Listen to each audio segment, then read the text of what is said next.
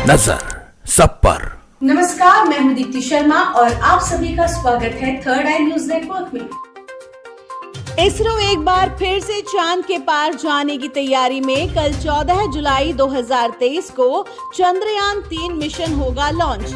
प्रक्षेपण की उल्टी गिनती आज दोपहर 2:35 पर शुरू। वहीं भारी बारिश के कारण रेलवे बुरी तरह प्रभावित। 9 दिन में 700 से ज्यादा एक्सप्रेस पैसेंजर ट्रेनें रद्द। सुप्रीम कोर्ट की यूपी सरकार को फटकार। ऑर्डर का सम्मान नहीं कर रहे अधिकारी। अधिकारियों के उदासीन और लेट लतीफ रवैये से नाराज होकर सुप्रीम कोर्ट ने कहा कि सर्वोच्च न्यायालय के आदेशों के प्रति राज्य सरकार के मन में थोड़ा भी सम्मान नहीं है। ऐसा लगता है क्योंकि आजीवन कारावास की सजा काट रहे कुछ दोषियों की सजा में छूट के संबंध में अदालत के निर्देश के अनुपालन में राज्य सरकार लगभग 1 साल से उपेक्षा बरत रही है।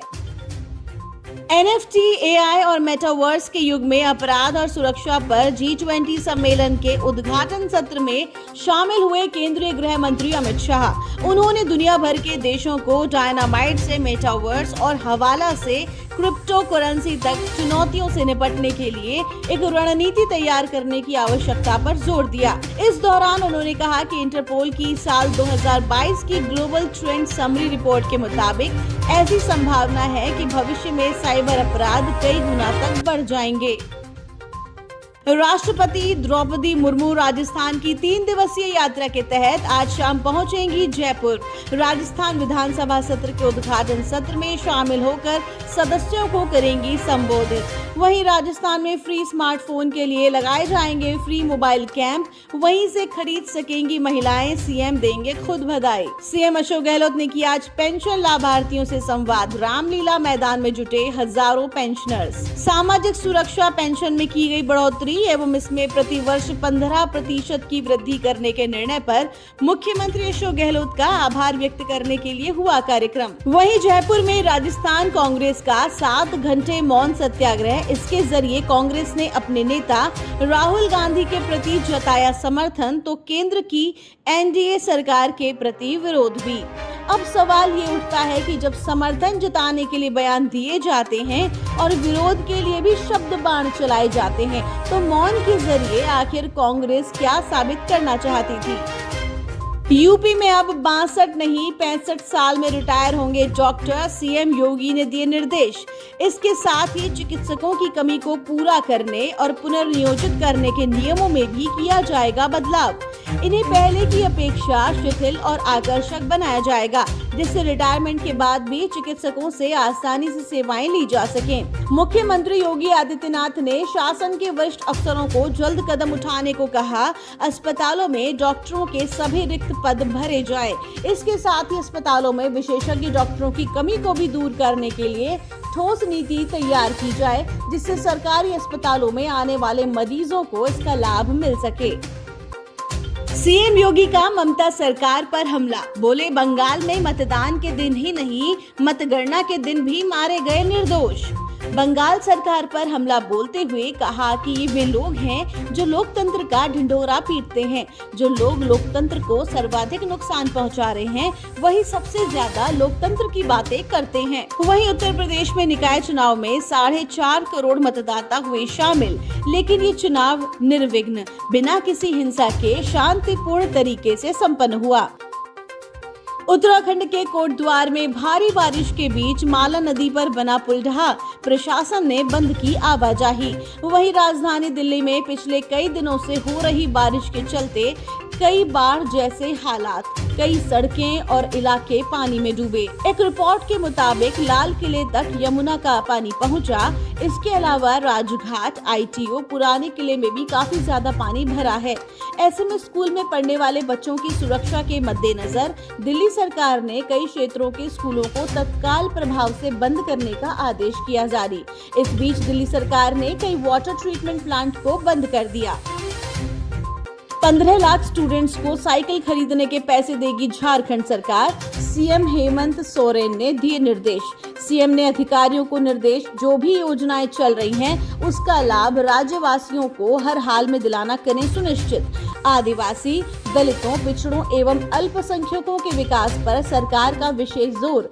ऐसे में इनके लिए संचालित योजनाएं सुचारू तरीके से संचालित होनी चाहिए। वहीं इंडियन नेवी को मिलेगा 26 राफेल और 3 स्कॉर्पियन सबमरीन। डिफेंस काउंसिल से मिली मंजूरी। बिहार के पटना में भाजपा के कई नेताओं पर लाठीचार्ज किया, एक बीजेपी नेता की मौत। बीजेपी नेताओं ने कहा कि पटना के डाक बंगला चौराहे पर पुलिस ने बल प्रयोग किया। बहुविवाह पर असम में लगाया जाएगा बैन, जल्द बिल लाएगी सरकार। सीएम हेमंत बिस्वा ने किया ऐलान। उन्होंने कहा कि आने वाले विधानसभा सत्र में बहुविवाह को बैन करने को लेकर बिल पेश किया जाएगा। अगर किन्हीं कारणों से हम इस सत्र में ये बिल नहीं ला पाए तो जनवरी के विधानसभा सत्र में इसे लाया जाएगा। सोशल मीडिया पर वायरल हुई घोंघे की डिलीवरी। कुछ ऐसे देती हैं अंडे, पल भर में लगा देती हैं गुलाबी अंडों का अंबार। सोशल मीडिया पर घोंघे के अंडे देने का वीडियो तेजी से वायरल हो रहा है। इसमें एक प्रेग्नेंट घोंघा दीवार से चिपका नजर आया। उसने अपनी बॉडी से अंडे निकालने शुरू किए। वहीं रील्स के बाद अब फूड भी डिलीवर करेगा इंस्टाग्राम, जोमेटो और स्विगी की कहानी हुई खत्म। यदि आप भी इंस्टा पर रील्स के शौकीन हैं तो ये खबर आपके लिए काम की हो सकती है, क्योंकि अब इंस्टाग्राम सिर्फ मनोरंजन का साधन ही नहीं बल्कि ट्रेन में यात्रा के दौरान आप इंस्टा से मनपसंद भोजन भी ऑर्डर कर सकते हैं।